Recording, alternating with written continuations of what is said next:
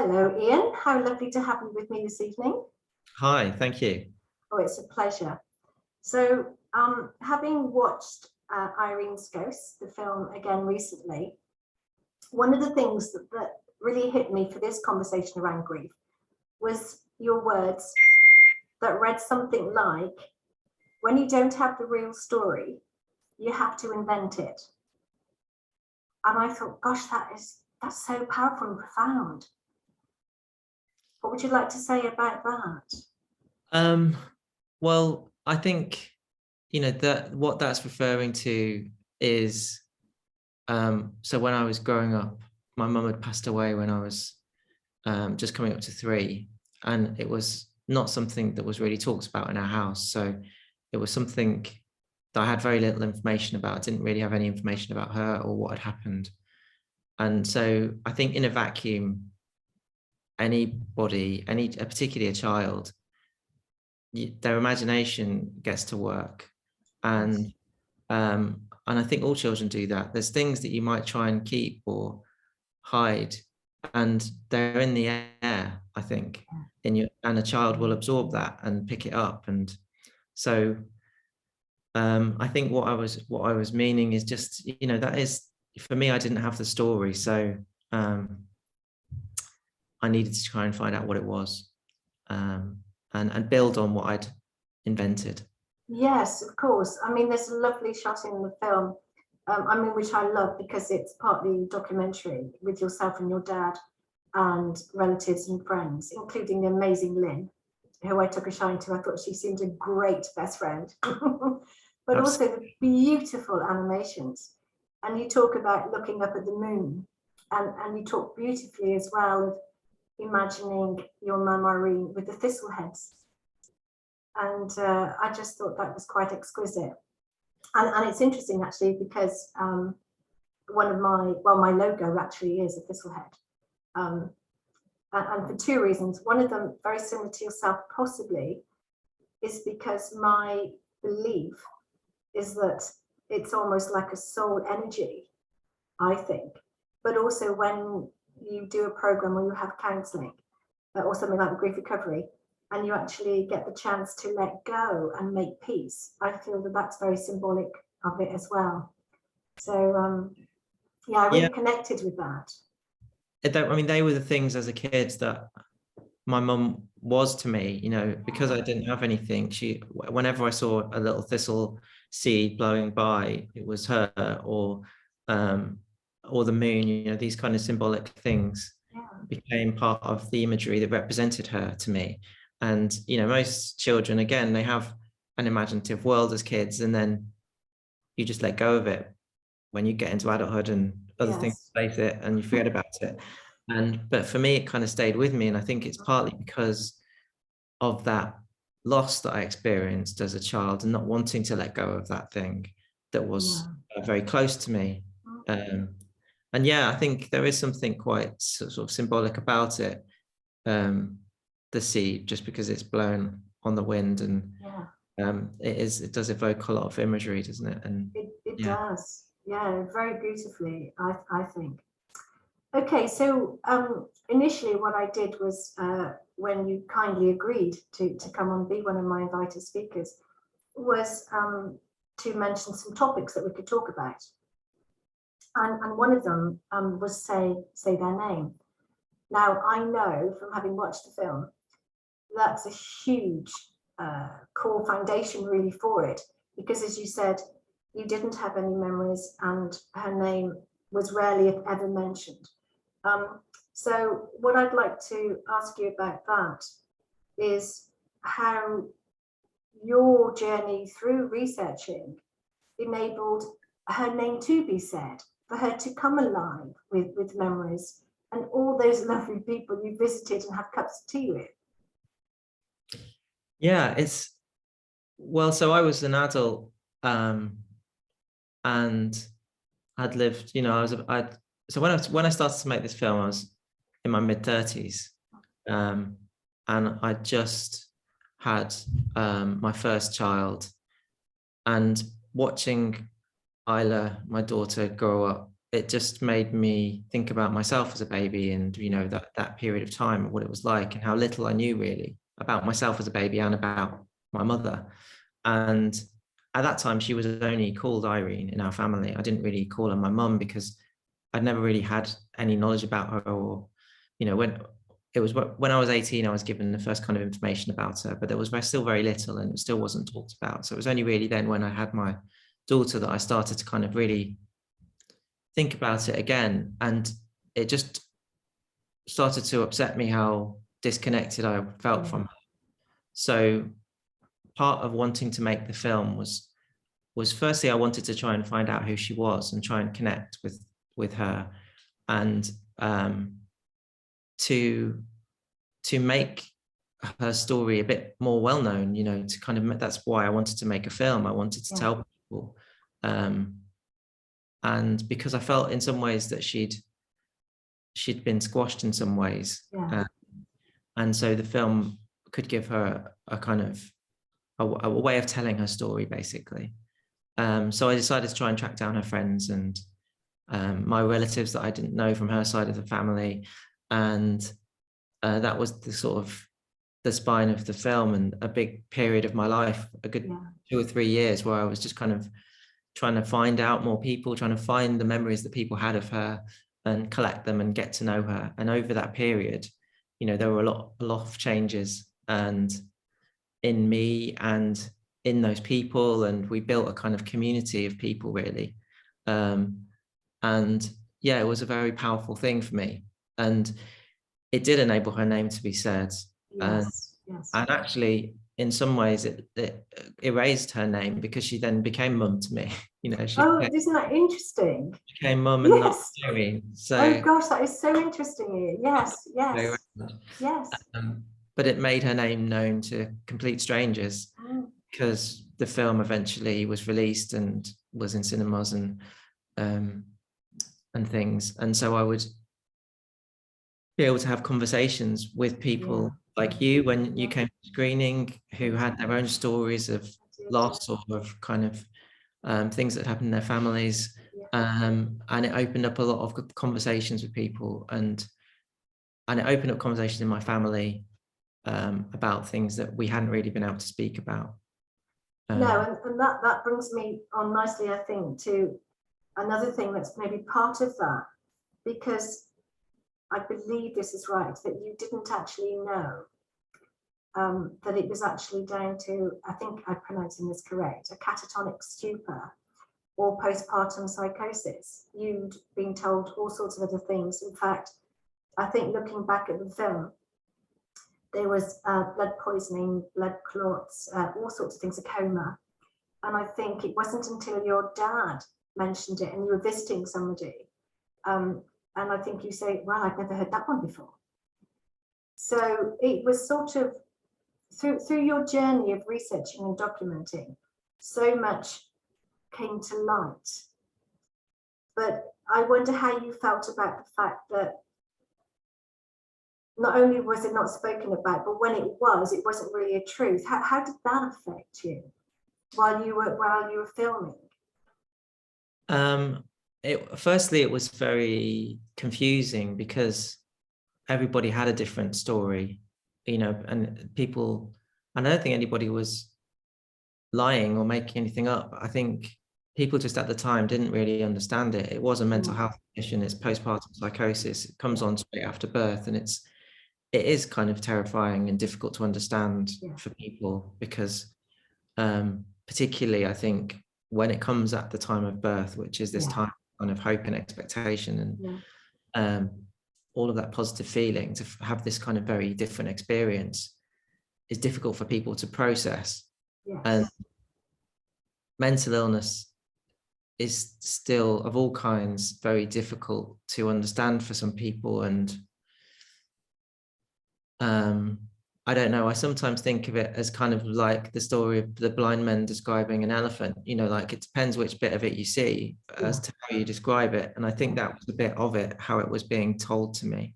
Yes, I understand. But nobody really was close enough to know the full story, except for my dad and close family. And then gradually that they started to tell me a bit more about it. And I think things that had been hidden from me as a child for protective reasons, you know, to try and to kind of hide that stuff away, which I think with the benefit of hindsight is, you know, perhaps counterproductive for a child. Yeah, I would agree with that, with excuse me, with my experience of helping adults who went through a similar thing when they were children. And that leads me on nicely. We'll continue with that, with this staying strong, which was another sort of topic that I threw at you, so to speak, and you said, yeah, I can talk about that. Because I'm just wondering, having watched the film again recently, as I said, whether it was your dad's way of trying to be strong by not mentioning your mum, Irene, and the family and the friends, I believe, didn't either. In fact, I think it's your Auntie Sue that's nodding on the interview and saying he just wouldn't let us mention her name, and everybody had to sort of clamp down. It was like an unspoken rule. But I wonder if somewhere along the line he really felt that that was the best way to maybe preserve his sanity so he could cope with a newborn baby and the horrors that had happened and the terrible loss of his wife, your mum. But like you say, I always feel that it is counterproductive, because you're then in a situation where you want to ask these questions. You want to talk about mum and find out about mum or Irene. And actually you're silenced and it's awkward. And there's a lovely part in the film, I don't know if love is the right word, but there's a part in the film where you're sat in an armchair and you're talking football. And I sense this frustration, because I sense you're sort of doing it because, you know, the conversation always goes that way. And really you're dying to say, I think what you were going to say was something about, you know, what was your wedding day like, Dad? You know, because children ask that. They do ask that, and grandchildren ask it. And you're sort of saying, you know, I don't know a lot about football, but you're talking about the rules and regulations and offside and God knows what. And I just feel that in your voice.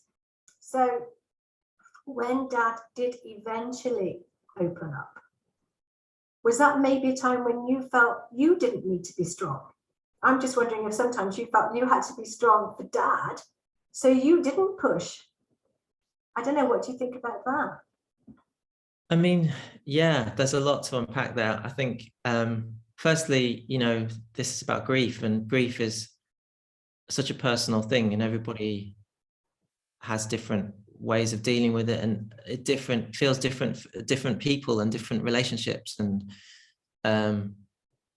my dad's grief must have been very sudden and very powerful, and I'm not going to second guess how to deal with a situation like that, because having a baby, losing a wife, having to look after a child, you know, there's a huge amount of things to deal with. And you know, he did, as many people told me, you know, stay strong, which has become a bit of a cliche, but it's kind of what that means, or what that meant in reality then, was he did continue to work and continue to look after me and find places for me to be looked after, and you know, make those connections and find a new relationship and build a family. And all of those things can come under the heading of being strong.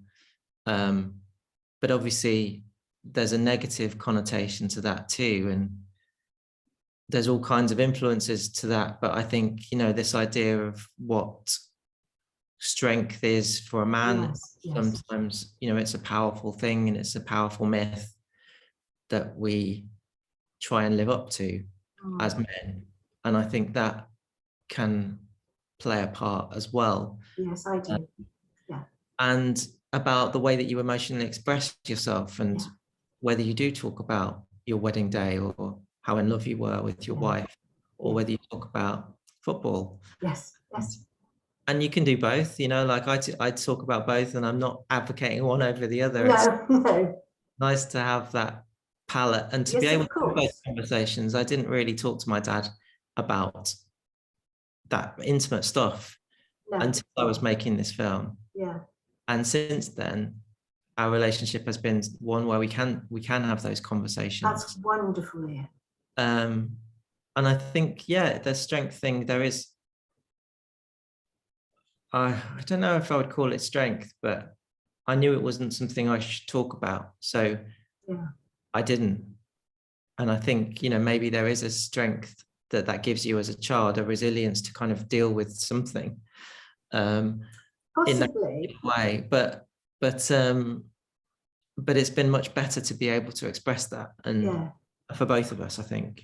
I think so too. I mean, what I think about being strong is, if it's your own decision, and we all need to be strong to a point, because we need to function. We need to be able to do whatever it is so that we can get up in the morning, we can look after the baby, we can go to work and keep a roof over our heads, of course. But I think if we're not careful and we don't express what we're feeling, and there is trauma, there is devastating emotion and grief, if we're not sharing it and talking about it, where does it go? And what I think is that sometimes if somebody just doesn't want to go there, and you mentioned in the film, you know, you just couldn't talk to dad, dad just wouldn't talk about it.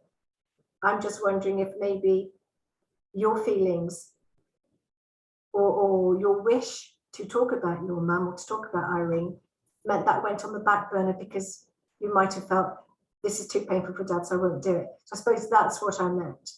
But I think it needs saying that, yes, we do need to be strong to a point, but emotional well-being can only come from a place where we feel it's safe to tell somebody how we feel, and they don't walk out to the room, or they don't shut us down, because that's really detrimental and it just compounds what we're feeling inside. So that's my take on that. But yes, talking about emotions and football, bring it on. Oh, bless you. So I've got a few more things here. Yes, so when I talk to people about loss, quite often they think that loss is something that we once had and we no longer have. And of course that's true. But there's also these losses that we hoped one day we would have, and they never materialized for whatever reason. And there's a part in the film again where you acknowledge this for your dad, and it's a really tender comment, I think. And you say, you know, for your dad, it must have been a loss because his hopes, dreams, and expectations, if you like, of married life and family life with his newborn baby boy, it just didn't happen. And his world would have been flipped upside down at 100 miles an hour. And he may have felt, he would have felt, I'm sure, I can't assume, but completely overwhelmed and lost. And I think, you know, that's a good thing to be acknowledging, that loss is often what we never got but really hoped we would have. Would you agree with that? Yeah, and it's something that's hard for other people to see, because, you know, they don't necessarily know what your hopes and dreams are. They might see somebody has passed away and, you know, try and help in whatever way they can with what they want to say or how to help you with that, but they're not going to know what your hopes were. So it is something you do end up keeping to yourself, and that is a private loss then, which maybe makes it harder to deal with. But it's all wrapped up in that same loss, and it is. And I think as a child, that's part of the problem too, because you have, most children have a sense of permanence and of that their parents will be there. Yes. And when that is taken away, it's that safe future that is also taken away. And that can make children, I think, feel unsafe. Of course. And that is part of the loss. It's that loss of security. Of course. That was my experience as a child. And so I think it's important to acknowledge that for children who go through loss. try and help them with that. Yeah, that's a really valid point. In fact, in the film, you talk about the anxiety you felt when you were approaching the age that your mum, Irene, died. And I think that's also very common for a child when they go towards that age. One of the other things I mentioned to you was physical health and grief. Would you like to say something about that? Because I know quite often when people have grieved or are grieving, it does have a physical impact on them. Would you like to say anything about that? Yeah, well, it's just, grief for me, for my mum, I was very small. So I think people might not necessarily understand what that means, or why when you grow up, you don't just get over it in some way. And I think it's not like something that dominated my life. It's something that was always there in the background. Yeah. And it was always something that colored the way that I thought. And throughout my life, I think. So it's not like one moment of grief, or like a whole life of grief or anything like that. It's just a sort of a color. Yeah. And it comes out in strange ways. So I think, like you say, when I did get to the age that my mum was, and I'd always kind of thought that maybe something like that would happen, because I had no idea what had gone on with her, and I knew she died in her 20s. So it was a bit of a spectre. And then I became ill, and I started to have physical symptoms. Yeah. And I went to see the doctor, and they couldn't work out what's wrong with me. And I was kind of thinking, oh, this is happening, this thing that I was worried about. And it went on for about a year, but eventually resolved itself. And I still really don't have a proper explanation for it, but I think a part of it was an anxiety or a mental health thing. And that's something that came out years later. But I'm certain it was connected to that loss, and the way that I thought about it. And making the film has been very useful, and going through those relationships and talking to people, and in build confidence, and in being a therapy in a way. Yeah, I would imagine that's the case. I mean, at the end, there's a lovely shot of your dad looking at photos, and Isla's there in a party dress, and friends and family are there, and you can just see in your dad's body language, I think that he's moved through something. And yeah. I don't know if you notice the same. I mean, I guess you do, because you say that you can now talk about things, you and your dad. But I think that was a wonderful way at the end, and friends and sisters and aunties and all sorts are laughing and talking and pointing at photos. And so I think when you don't have that outlet, when you don't have those memories, when you don't meet those people and you can't say the name, I think quite often it does have a physical impact. So I wouldn't be surprised, of course I'm not medically trained, but I wouldn't be surprised if that was the impact at that time for you. Absolutely. And my dad, and yeah, I'm certain of that was an important moment as well. And it's different for different people, but it was important to me to have that celebration, because it was a saying her name out loud in a group of people kind of moment as well. And everybody sharing and everybody talking. It was the opposite of nobody talking. Yes, yeah, absolutely. And so it was a kind of really important part of it, and it was the kind of full stop to the story in some ways, of finding out about her and learning about her and building that story for myself, as I mentioned at the beginning of the film. I got to know her as a person, and through other people's stories about her. And I think I got to know about what my dad had been through, and he got to know about how much it impacted on me. So there was a lot of kind of people understanding each other. And since then, yeah, my dad's been through a lot, and I think he, thinks about things differently, and we are able to have those conversations more. And it was a release, I think, for both of us. I think so. And you just mentioned there about, you know, the journey and everything. And I think when we talked earlier, you did say that you found at one point sort of locating these people, and you turn up at their door with your video recorder and whatever. And, you know, they always let you in and always said, cup of tea, you must have a cup of tea, once you died of a cup of tea, which was wonderful. But I also, oh, where was I going with that, with the cups of tea? I've got a flashback now as of your tea towel that you had printed with your cups of tea. Oh yes, and you were saying, sorry, that you sort of find it quite addictive. So it became sort of like a ritual, if you like. So would you like to just expand a little bit on that? Yeah, I think this is something that's common in some ways for people who've lost somebody, or even specifically a parent, that finding out information about that person becomes addictive. It's very meaningful. Everything is meaningful. So when I was 18, I got this box of things of hers, and everything in it had meaning, even the kind of things that you would consider throwaway things. And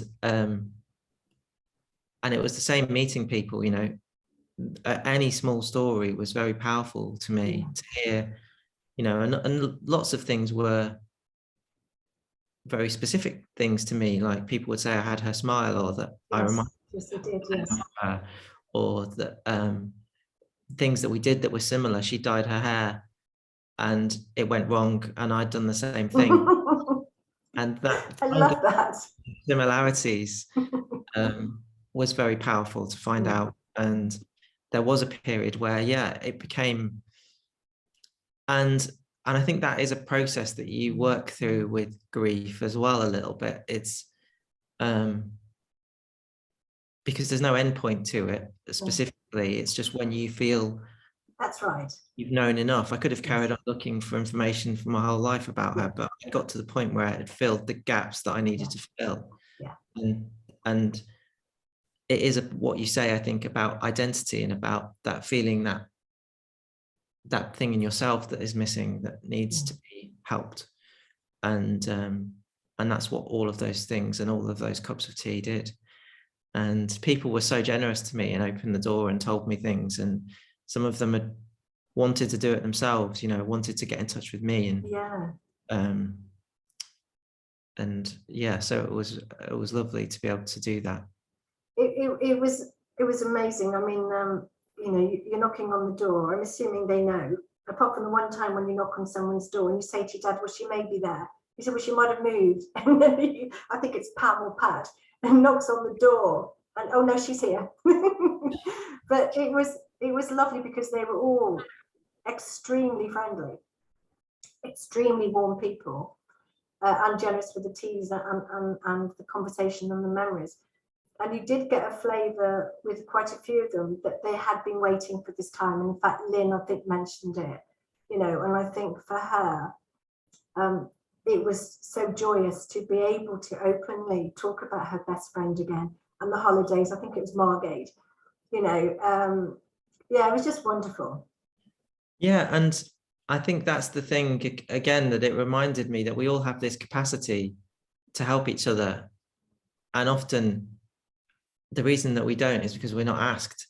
Yeah. When we are asked, when someone literally knocks on the door, the camera, and asks, then it's given readily, because people want to help other people with loss and with these things, and they can see when it's something that's meaningful. And I think for anybody who's grieving, there's a huge capacity for comfort in other people. And it's just difficult sometimes to open that up or open a conversation about it. You know, I had the very, you know, huge benefit of it being a lot of years after the event. So, but yes, and Lynn is part of our family now. She's, Granny Lynn to the children. And oh, how lovely. How lovely. I loved her story. There was photographs, and in the photographs, I think they were school photographs, and your mum had borrowed out, because her and Len, the only two, had boots, not shoes or something. And then there was a lovely photograph that you hadn't seen before, where Lynn is looking so affectionately over your mum's shoulder and your mum is beaming. You know, what was it like to see things like that? I'm not going to put words in your mouth, but what was it like? It was hugely powerful, because you can really see through the stories of a best friend, but also through those objects, you see a person's personality come to life. And so it felt to me like, because Lynn's stories were so colourful, they were about dancing and you know, playing on the beach in Margate and, you know, sewing tights. They're all Yes. readily, instantly visual. Yeah, they were. It did conjure up an image very quickly, and so it did feel to me when I was making the film like this person was coming to life, like my mum was coming to life. And that's a magical feeling if you've lost a person. I'm sure. And you know, there's only a certain degree to which you can do that, obviously, but it was, yeah, and that's I think part of the addictive nature of it. And you know, that's not going to be applicable to everybody. It's specifically in my situation, it had been something that I'd missed a lot, so I was kind of hungry for that. Of course, yes, that's what I was talking about. Those kind of tiny details that, you know, about not wanting to wear boots on a particular day at school and feeling embarrassed. I loved it. Yeah. That's what brings a person to life, you know. Oh, it is. No, there was so much in the film I loved. Okay, so finally, before we come to a conclusion, we finish. I'm an avid reader, and I'm reading and sketching and quoting constantly, really, when I'm not working. Do you have any books or podcasts that you would recommend from your own experience? Yeah, there's a couple of books that I was reading at the time of making the film. One is Grief is a Thing with Feathers by Max Porter. I don't know if you know that book, which is just beautifully written. A kind of allegory about grief and losing a mother in a family, and just very powerful. I also was reading H is for Hawk by Helen MacDonald. Oh, yes, I've read that. About the loss of her father, which is a very different book in the way that it's written. Both about birds, weirdly. Funny how people grab onto these symbols of flight after loss. I don't know if there's something in that, but and yeah, I really enjoyed both of those books. In terms of podcasts, there's a podcast that I did, which is about mothers, and I found that, you know, quite interesting. It's about people who've lost mothers. It's called the Mother of All Podcasts, and so lots of people go on there and talk about their mothers. Wow. And it's a method of kind of, again, bringing the people to life and remembering them, and specifically as kind of a men's stories kind of podcast, because we've talked a bit about that and masculinity. There's a podcast that I was on recently, and I've been really enjoying listening to it. And what is it called? It's by a guy called Nick Fershaw. Paternal. I can make a note as well. Paternal. And it's about men talking about the experience of being a father or having a father. But it's just a really interesting listen. There's a lot of different diverse stories on there, often about loss. Superb. I'll look out for those myself. Iain, it's been an absolute pleasure. It's so good to connect with you again, because the first time we met was when you brought Irene's Goes the film over to Herefordshire, to the Courtyard at the Borderlines Festival, I think it was. That's right, yeah. I think it was early, maybe March 2019, I think. And I was absolutely blown away by it, and hence we've kept in touch. And I'm so grateful for you coming on board and being one of my speakers. Thank you. Oh, it's a pleasure. And at that time, to see the artwork that you had, because there was so many similarities, you know, in the objects with meaning, you know. Yes. I had lots of those. and the way that you can kind of conjure someone up with that, with a very few things. Oh, you can, because actually I think the title of the exhibition was something like how grief is depicted through art, and it was based on my gran, and I had her reading glasses and her tape measure and her needles and thread and watch, and yeah, they're very powerful, and letters she'd written me. So yeah, objects are incredibly powerful, as you said yourself. And then there was the poem that I wrote that connected because it was on tea towels. Yes. And I know that for Irene's case, you had them printed with teacups and things on, and you very kindly came around and gave me one. So yeah, it's cherished. So thank you so much again. If anybody hasn't seen Irene's Ghost, please do. A really profound, beautiful film. One I'll never forget. It really made a mark on me. Thank you. And look after yourself. Enjoy the family. I know you've got another little girl now since I last saw you. And keep well, Ian, and thank you again. Likewise. Thank you. Okay. Bye-bye. Pleasure. Bye-bye.